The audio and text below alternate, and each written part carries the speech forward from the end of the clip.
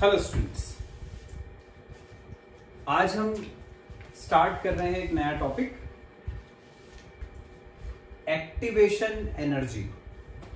Same chapter है chemical kinetics, topic है activation energy. Activation energy समझने से पहले हमें एक थ्योरी समझनी होगी। इस थ्योरी को हम बोलते हैं collision theory. Collision theory, collision का मतलब तुम समझते हो। कोलिजन का मतलब होता है दो ऑब्जेक्ट्स का आपस में टकरा जाना। कोलिजन थ्योरी ये कहती है कि कोई भी केमिकल रिएक्शन तब होता है जब रिएक्टेंट के मॉलिक्यूल्स आपस में कोलाइड करते हैं। जब तक रिएक्टेंट के मॉलिक्यूल टकराएंगे नहीं, तब तक वो प्रोडक्ट नहीं बनाएंगे। तो मैं इसका स्टेटमेंट बोल रहा हूं, स्टेटमेंट लिखो। According to this theory, according to this theory, a product is formed only when, a product is formed only when the reactant molecules collide. Only when the reactant molecules collide. तो यदि मान लो जैसे कोई container है जिसके अंदर reactant A और reactant B के मॉलिक्यूल्स हैं। हमारा रिएक्शन है ए प्लस बी गिव्स प्रोडक्ट्स, ये रिएक्शन है। तो कोलिजन थ्योरी क्या कहती है कि इस कंटेनर में जब तक ए और बी के मॉलिक्यूल टकराएंगे नहीं, जब तक वो कोलाइड नहीं करेंगे, तब तक वो प्रोडक्ट फॉर्म नहीं कर सकते। तो प्रोडक्ट बनने के लिए जरूरी है कि रिएक्टेंट के मॉलिक्यूल आपस में कोलाइड करें। लेकिन क्या होता है बच्चों, हमेशा जरूरी नहीं है कि जब दो मॉलिक्यूल टकराएं तो प्रोडक्ट बने ही बने। कई बार क्या होता है कि ये मॉलिक्यूल आएंगे, ऐसे टकराए और ऐसे जंप करके चले गए। दो मॉलिक्यूल आए, आपस में टकराए और जंप करके चले गए, लेकिन प्रोडक्ट नहीं बन पाया। प्रोडक्ट कब बनता है? जब दो रिएक्टेंट मॉलिक्यूल आपस में टकराएंगे। टकराने पर उनके जो पुराने एग्जिस्टिंग बॉन्ड्स हैं उनको वो तोड़ेंगे, ब्रेक करेंगे और उसके बाद फिर नए बॉन्ड्स बनाएंगे, तब कहीं जाके प्रोडक्ट फॉर्म होता है। मतलब जैसे मान लो एक रिएक्टेंट का मॉलिक्यूल है ए बी, उसमें ए और बी दो एटम्स हैं जिनके बीच में मान लो ये कोवेलेंट बॉन्ड है सी डी। इन्होंने मिला, कंबाइन करा, कंबाइन करके बनाया A D plus C B, double displacement reaction, 10th class में तुमने पढ़ा। अब ये रिएक्शन कैसे होता है? ये ए बी का मॉलिक्यूल सी डी के मॉलिक्यूल से टकराएगा। जब ये मॉलिक्यूल कोलाइड करेंगे उस समय ये जो ए और बी के बीच का बॉन्ड है ये टूटना चाहिए, ये सी और डी के बीच का बॉन्ड टूटना चाहिए, जिससे कि ए और बी अलग अलग हो जाएंगे, सी और डी अलग अलग हो जाएंगे। फिर ये ए इस डी से कंबाइन करेगा, ये सी इस बी से कंबाइन करेगा और ये प्रोडक्ट बनाएगा ए डी और सी बी। ठीक है, तो यही कोलिजन थ्योरी कहती है कि मॉलिक्यूल्स का टकराना तो जरूरी है, लेकिन टकराते समय उनके जो बॉन्ड्स हैं वो भी ब्रेक होना चाहिए, तभी प्रोडक्ट फॉर्म होता है। अब बॉन्ड ब्रेक कब होता है? बॉन्ड ब्रेक तब होता है जब रिएक्टेंट मॉलिक्यूल टकराते समय एक सफिशिएंट अमाउंट ऑफ एनर्जी अपने पास रखें। यदि उनके पास उतनी एनर्जी हुई तभी वो एक दूसरे के बॉन्ड्स को ब्रेक कर पाते हैं, नहीं तो बॉन्ड्स ब्रेक नहीं होंगे। यदि रिएक्टेंट के बॉन्ड्स ब्रेक नहीं होंगे तो नए प्रोडक्ट बन नहीं सकते। ठीक है, तो इसका मतलब मॉलिक्यूल्स का कोलाइड करना जरूरी है, साथ ही साथ कोलाइड करते समय एक मिनिमम अमाउंट ऑफ एनर्जी उनके पास होना जरूरी है। जब वो एनर्जी होगी तभी वो प्रोडक्ट फॉर्म करते हैं। इस मिनिमम अमाउंट ऑफ एनर्जी को हम बोलते हैं थ्रेशोल्ड एनर्जी। ये जो मिनिमम अमाउंट ऑफ एनर्जी इनके पास होनी चाहिए, इसको हम बोलते हैं थ्रेशोल्ड एनर्जी, ईटी से डिनोट करते हैं इसको। तो इसका स्टेटमेंट लिख पा रहा हूं मैं, लिखो। During collision the reactant molecules must possess a minimum amount of energy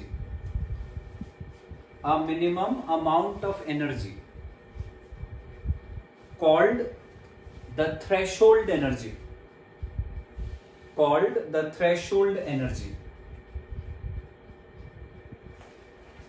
ठीक बच्चों, तो अपन ने ये समझ लिया कि थ्रेशोल्ड एनर्जी क्या होती है। वो कम से कम एनर्जी जो रिएक्टेंट मॉलिक्यूल्स के पास होना चाहिए जिससे कि वो प्रोडक्ट फॉर्म कर सकें, उसको अपन बोलते हैं थ्रेशोल्ड एनर्जी। अब लेकिन कभी कभी क्या होता है कि जो रिएक्टेंट मॉलिक्यूल्स हैं उनकी जो एनर्जी होती है वो थ्रेशोल्ड एनर्जी से कम होती है, तो फिर वो प्रोडक्ट नहीं बना पाते। उस स्टेज में यदि अपन चाहते हैं कि वो प्रोडक्ट बनाएं तो हमें क्या करना पड़ेगा, हमें उनको अलग से एनर्जी देनी पड़ती है। कैसे दोगे अलग से एनर्जी? कंटेनर को गर्म कर दो तो एनर्जी मिल जाएगी, या उसमें इलेक्ट्रिसिटी पास कर दो तो एनर्जी मिल जाएगी। वो रिएक्शन के ऊपर डिपेंड करता है कि रिएक्टेंट अपने कैसे हैं। ठीक है, तो यदि रिएक्टेंट्स के पास जो एनर्जी है यदि वो थ्रेशोल्ड एनर्जी से कम है तो हमें कुछ एक्स्ट्रा एनर्जी सप्लाई करनी पड़ती है। ये जो एक्स्ट्रा एनर्जी अपन सप्लाई करते हैं इसको हम बोलते हैं एक्टिवेशन एनर्जी। ठीक है, एक बार फिर से बताता हूं। रिएक्शन के होने के लिए रिएक्टेंट्स के पास मिनिमम एनर्जी होनी चाहिए जिसको अपन बोलते हैं थ्रेशोल्ड एनर्जी। यदि मान लो रिएक्टेंट्स की एनर्जी थ्रेशोल्ड एनर्जी के बराबर नहीं है, उससे कम है, तो हमें उनको कुछ एक्स्ट्रा एनर्जी सप्लाई करनी पड़ेगी। वो जो एक्स्ट्रा एनर्जी अपन उनको देते हैं जिससे कि वो प्रोडक्ट बनाने लगे, उस एक्स्ट्रा एनर्जी को अपन बोलते हैं एक्टिवेशन एनर्जी। ठीक है, चलो मैं डेफिनेशन लिख पा रहा हूं इसकी, जो तक अभी तक अपन ने लिखा था उसी के आगे कंटिन्यूएशन में लिखेंगे। If the energy of reactants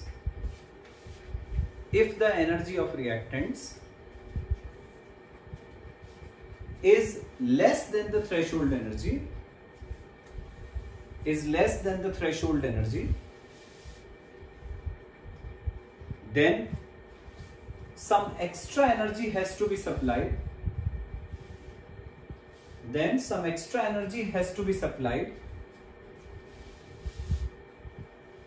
So that their energy becomes equal to the threshold energy.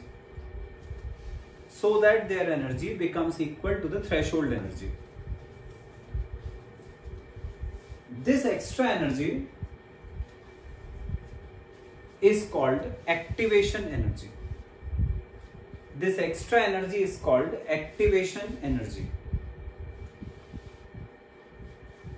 अब यही एक्टिवेशन एनर्जी का कंसेप्ट मैं तुम्हें ग्राफ से समझाता हूं। ये अपन ने ग्राफ बनाया, वाई एक्सिस पर हमने ली एनर्जी, यहां पर ली अपन ने एनर्जी,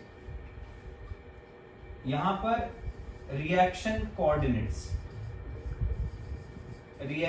कोऑर्डिनेट्स मतलब रिएक्टेंट्स का कंसंट्रेशन, प्रेशर, कुछ भी ले सकते हो।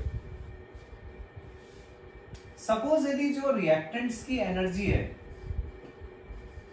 वो इस लेवल पे है, ER मतलब energy of reactants.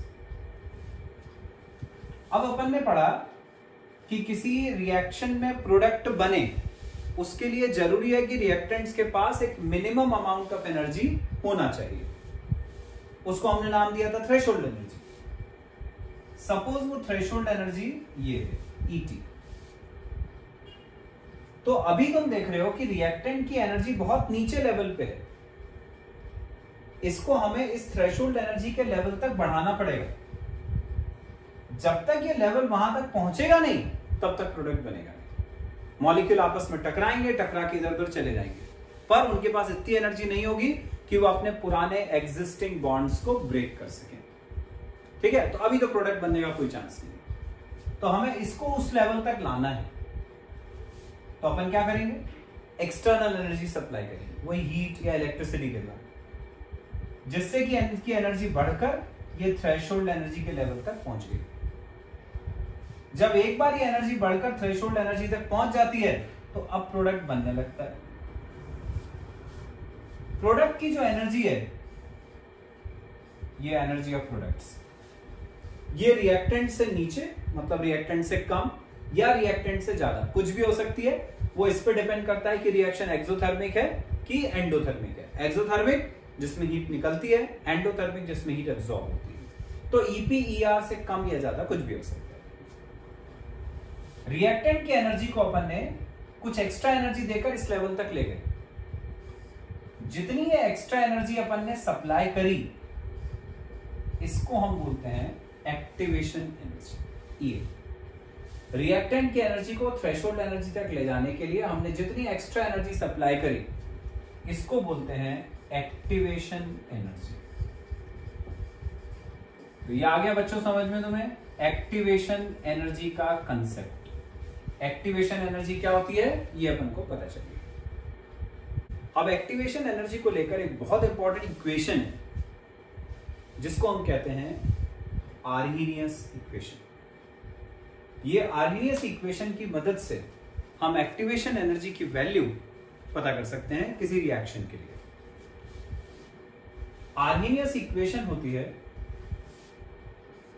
K equal to A e to the power minus EA upon RT, ये कहलाती है आर्हीनियस इक्वेशन। इसमें कौन सी चीज क्या है वो बता दूं तुम्हें। K वही रेट कांस्टेंट है जो अपन ने रेट लॉ एक्सप्रेशन में R is equal to K A to the power m लिखा था, उसमें जो K था वो रेट कांस्टेंट है K। A एक कांस्टेंट है, इसको हम बोलते हैं Arrhenius factor. Arrhenius factor EA activation energy कहलाती है। एक्टिवेशन एनर्जी R वही है gas constant, universal gas constant, जिसकी तुमने फिक्स्ड वैल्यू पढ़ी है 8.314 जूल पर मोल केल्विन, यार हो गया। T टेम्परेचर होता है इन केल्विन। तो ये जो इक्वेशन है इसको अपन बोलते हैं आर्हीनियस इक्वेशन।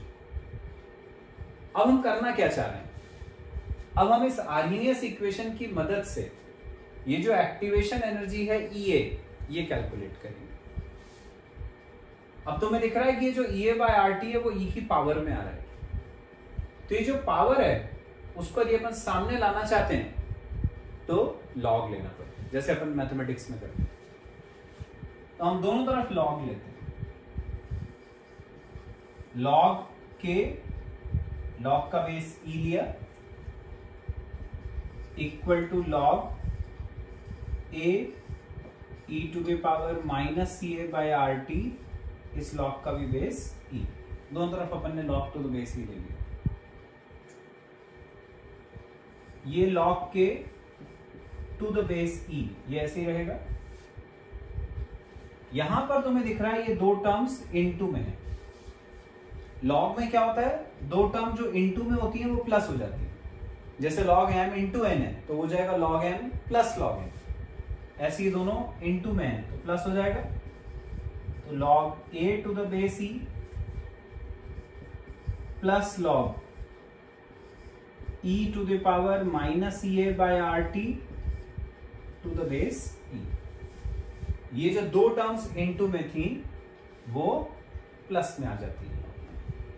यहां तक हो गया। ये जो पावर वाला माइनस CA बाय RT है, लॉग में ये आगे आ जाता है, ये यहां आगे आ जाएगा। तो क्या हो गया, log K to the base E ऐसे रहा, log A to the base E ये भी ऐसे रहेगा। ये माइनस CA बाय RT आगे आ गया,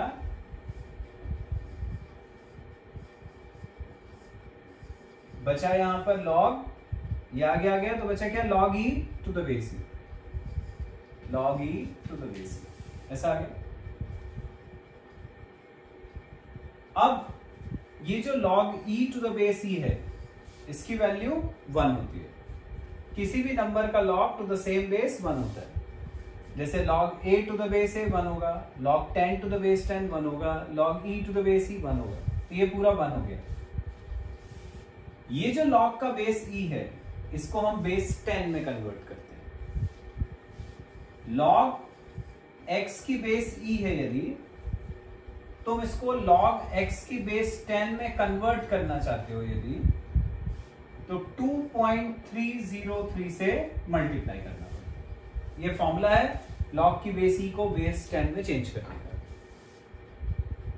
तो यहां पर जो log की बेस e है उसको बेस 10 में बदलेंगे तो 2.303 से यहां मल्टीप्लाई, वैसे ही 2.303 से यहां मल्टीप्लाई, तो ये हो गया 2.303 log k to the base 10 equal to 2.303 log a to the base 10 minus ये EA by RT ऐसे ही रहेगा, log e to the base e पहले मैंने बता दिया था 1 हो गया। अब अपन क्या करते हैं, जो सामने 2.303 लिखा है इसके सामने, उसको हटाते हैं।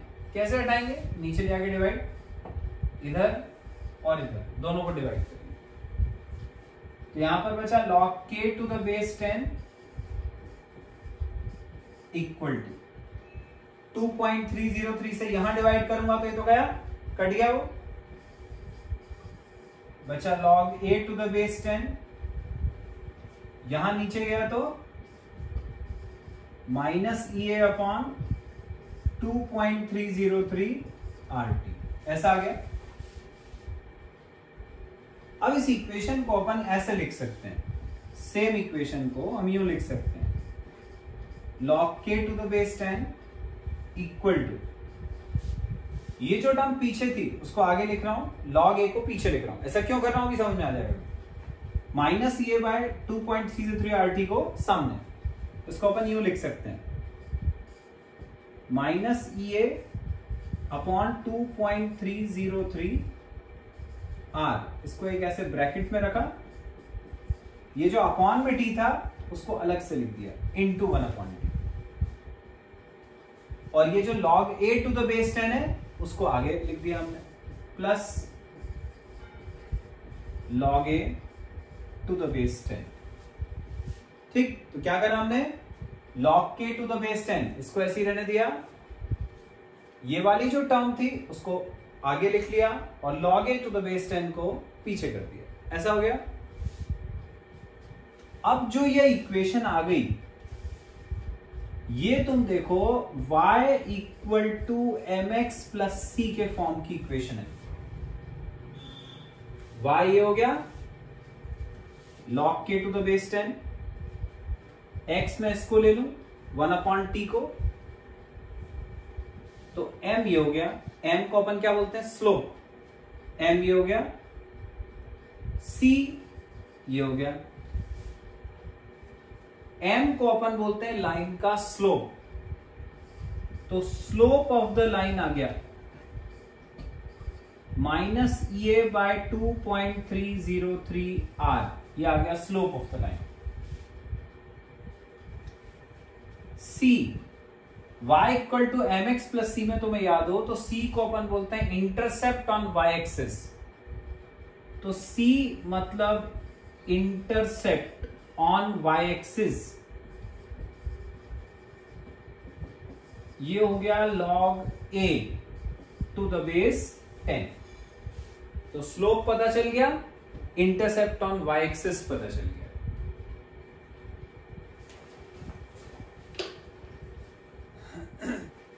तो अपन ने देखा कि ये जो इक्वेशन है वो लाइन की इक्वेशन के फॉर्म की है, y equal to mx plus c के फॉर्म की। अब अपन इस y equal to mx plus c का ग्राफ बनाते हैं। ठीक है, तुमने 11th क्लास में पढ़ा है y equal to mx plus c को अपन बोलते हैं slope intercept form. Slope intercept form जो है उसमें लाइन की इक्वेशन इस फॉर्म की होती है ये, ठीक है। इसमें जो ये लेंथ कट होती है वाई एक्सिस पे, ये इसको अपन बोलते हैं intercept cut on Y axis, C से डिनोट करते हैं। और यदि अपन यहां पर एक छोटा सा ट्राइंगल बना लें, ऐसा ये ट्राइंगल बना लिया सपोज, तो उसमें स्लोप का मतलब होता है perpendicular upon base, BC upon AB, ये स्लोप कहलाता है, जिसको अपन ने M से डिनोट करा था, ठीक है। तो slope intercept form of line y equal to mx plus c में M ये होता है स्लोप परपेंडिकुलर अपॉन बेस, और c ये होता है intercept cut on y axis. लेकिन ये तब होता है जब लाइन का स्लोप पॉजिटिव, पॉजिटिव मतलब लाइन ऐसी जा रही है ऊपर की तरफ। लेकिन इसमें देखो जो अपना m है वो है माइनस ए अपॉन 2.303 r, मतलब m कैसा है, स्लोप कैसा है, नेगेटिव। जब स्लोप पॉजिटिव होता है तो लाइन नीचे से ऊपर की तरफ जाती है, जब स्लोप नेगेटिव होता है तो ऊपर से नीचे की तरफ आती है। मतलब कि इस लाइन का यदि अपन ग्राफ बनाएंगे, हमने y एक्सिस पे क्या लिया है, y लिया है log k to the base 10, तो y एक्सिस पे लेना है log k to the base 10, ये y एक्सिस पे। x की जगह पर क्या लिया था, तो मैंने बोला था x की जगह लेना है 1 अपॉन t, ये तो x एक्सिस पे लेना है 1 अपॉन t, जहां पर t टेम्परेचर है केल्विन में। अब लाइन का स्लोप कैसा था, नेगेटिव, मतलब नीचे की तरफ चाहिए। तो ये जो लाइन है वो ऐसी बनती है, इसका ग्राफ ऐसा बनता है, डाउनवर्ड जाती है नीचे की तरफ। ये लाइन y एक्सिस पे जितनी लेंथ कट करती है, ये उसका इंटरसेप्ट कहलाता है, c, जो हमारा log a के बराबर था, ये intercept on y axis log a to the base 10। तो ये जो c है वो इंटरसेप्ट हो गया ऑन y एक्सिस। स्लोप मैंने बताया परपेंडिकुलर अपॉन बेस से निकालते हैं, तो हम यहां पर पॉइंट ले लें, सपोज L ले लिया, यहां M ले लिया, यहां से एक लाइन बनाई पैरेलल टू y एक्सिस, यहां से line parallel to x axis, ये इंटरसेक्ट कर रहे हैं सपोज N, ये ट्राइंगल बन गया। इसका स्लोप निकाल, स्लोप मतलब m, और m मतलब perpendicular upon base, perpendicular ln base mn, ये स्लोप आ गया।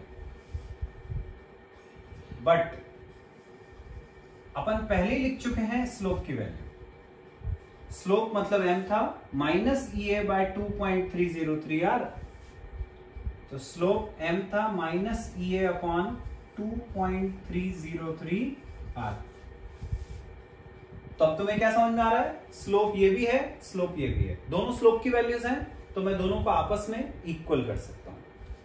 तो अपन इक्वल करते हैं दोनों को, तो माइनस EA अपॉन 2.303 r, ये equal to ln upon mn। बस यहां से क्रॉस मल्टीप्लाई करते हैं अपन, तो EA equal to ln upon mn multiplied by 2.303 r, साथ में एक माइनस, ये माइनस सिर्फ ये इंडिकेट करता है कि लाइन ऊपर से नीचे की तरफ आ रही है। तो स्लोप नेगेटिव होता है वो लाइन के नीचे की तरफ जाने से इंडिकेट होता है। बाकी एक्टिवेशन एनर्जी की वैल्यू यदि अपन को लिखनी है तो हम ये माइनस नहीं लेते हैं, तो एक्टिवेशन एनर्जी अपन को ये पता चल गई। आगे बच्चों समझ में? तो इस तरह से अपन ने देखा कि हम आर्हेनियस इक्वेशन की मदद से एक्टिवेशन एनर्जी की वैल्यू पता कर सकते हैं। बस तुम्हें क्या करना है, ln ग्राफ से निकाल लेना है, ये वाला डिस्टेंस जो भी होगी लेंथ ln आ गई, mn ये ग्राफ से अपन ने पता कर ली, जितने भी सेंटीमीटर से ln mn वो रख दिया यहाँ पे, r की वैल्यू मैंने बताई दी थी 8.314 जूल पर मोल केल्विन, सब्स्टिट्यूट करा तो E अपने को पता चल जाएगा, E that is activation energy. आगे बच्चों समझ में? तो बच्चों अभी अपन ने एक्टिवेशन एनर्जी कैसे कैलकुलेट करते हैं वो देख लिया। वो एक्टिवेशन एनर्जी कैलकुलेट करने के लिए लेकिन अपन को ग्राफ बनाना पड़ा था, उस ग्राफ की मदद से एक्टिवेशन एनर्जी की वैल्यू बनी थी। अब ये एक्टिवेशन एनर्जी जो है वो हम एक और तरीके से निकाल सकते हैं, उसमें हमें ग्राफ की जरूरत नहीं पड़ेगी। तो वो जो दूसरा मेथड है एक्टिवेशन एनर्जी कैलकुलेट करने का वो बता रहा।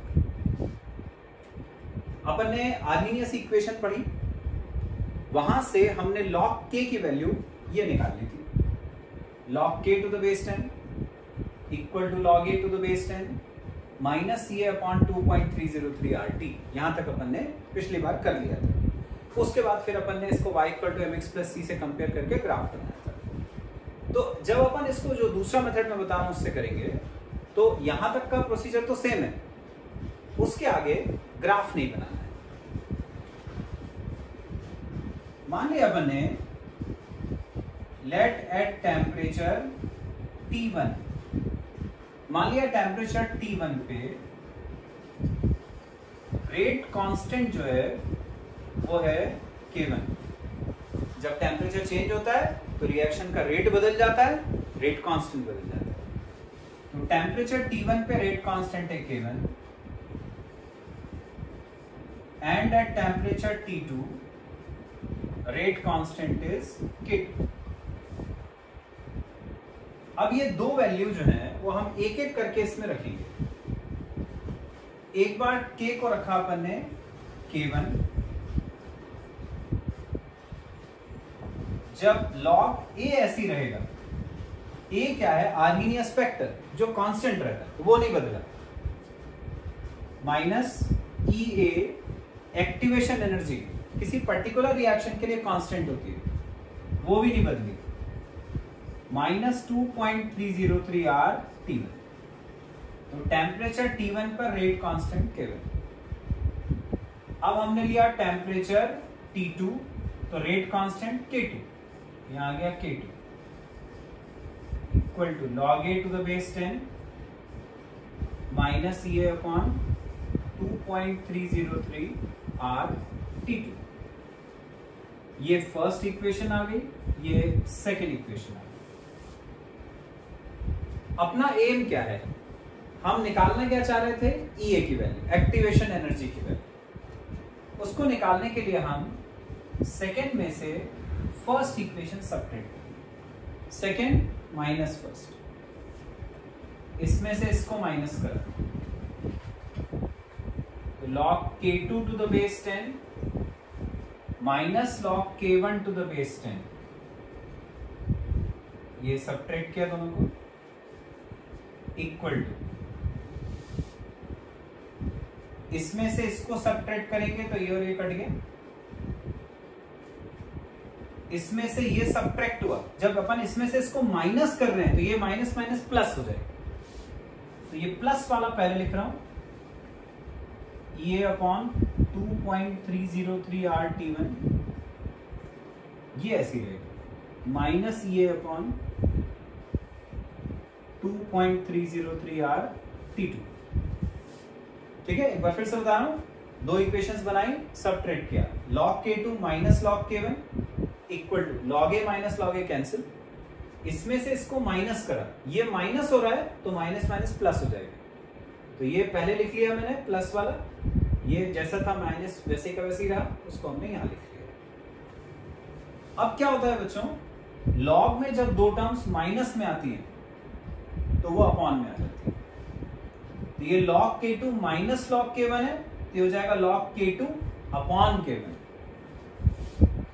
ये हो जाएगा log K2 upon K1, base वाला 10 वैसे ही रहेगा, इक्वल टू इन दोनों टर्म्स में देखो EA कॉमन, अपॉन में से 2.303 R वो भी कॉमन, तो EA अपॉन 2.303 R कॉमन, ये कॉमन ले लिए,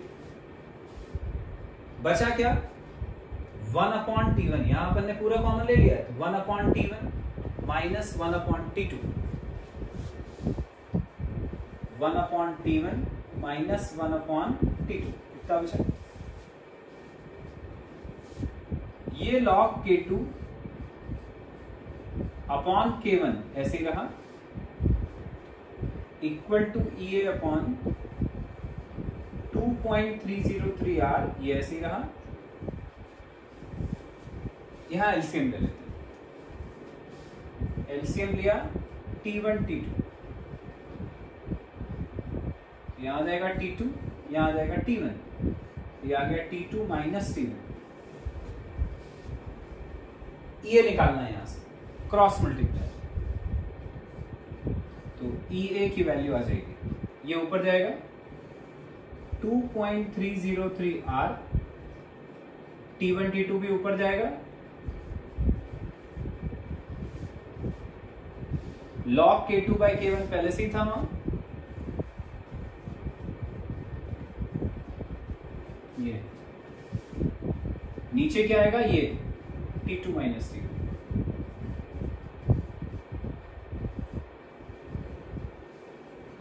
आ गई ये की value 2.303R T1 T2 log K2 by K1 to the base 10, और ये वाला T2 माइनस T1 नीचे आ गया, बन गया ये का फॉर्मूला। तो ये अपन ने एक्टिवेशन एनर्जी निकाली, इसमें हमें कहीं ग्राफ नहीं बनाना पड़ा जो पिछले मेथड में बनाना पड़ा था। तो इस तरह से अपन बिना ग्राफ बनाए भी दो अलग अलग टेम्परेचर पर यदि हमें दो कांस्टेंट्स पता हैं तो उनको अपन सब्स्टिट्यूट करके एक्टिवेशन एनर्जी की वैल्यू निकाल सकते हैं। इसके ऊपर बच्चों न्यूमेरिकल्स बहुत आते हैं, उसमें तुम्हें क्या दिया रहेगा, दो टेम्परेचर दिए रहेंगे। ध्यान ये रखना कि वो टेम्परेचर केल्विन में अपन को लेते हैं, डिग्री सेल्सियस में तो प्लस 273 करा, केल्विन में बदला। यहां अपन ने वैल्यूज रख दी टेम्परेचर्स की, यहां रेट कांस्टेंट्स की वैल्यू रख दी, वो तुम्हें क्वेश्चन पे दिया रहेगा। बस इसको सिंप्लीफाई करके EA मतलब एक्टिवेशन एनर्जी की वैल्यू पता चल जाएगी। आगे समझ में? तो ये एक बहुत इंपॉर्टेंट टॉपिक था, आर्हीनियस इक्वेशन और एक्टिवेशन एनर्जी, वो अपन ने आज कंप्लीट कर लिया। अब जैसे मैंने बोला इसके ऊपर बेस्ड न्यूमेरिकल्स आते हैं बहुत, तो इसके न्यूमेरिकल्स वर्कशीट के जो हैं वो तुम सॉल्व करो, कोई डाउट आता है तो मुझे बताओ, बाकी फिर अपन नेक्स्ट क्लास में करेंगे। Thank you.